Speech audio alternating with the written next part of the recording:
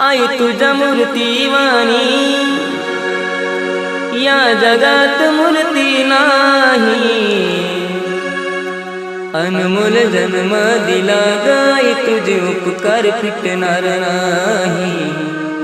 अनमोल जन्म दिला गाई तुझे उपकार फिटणार नाही।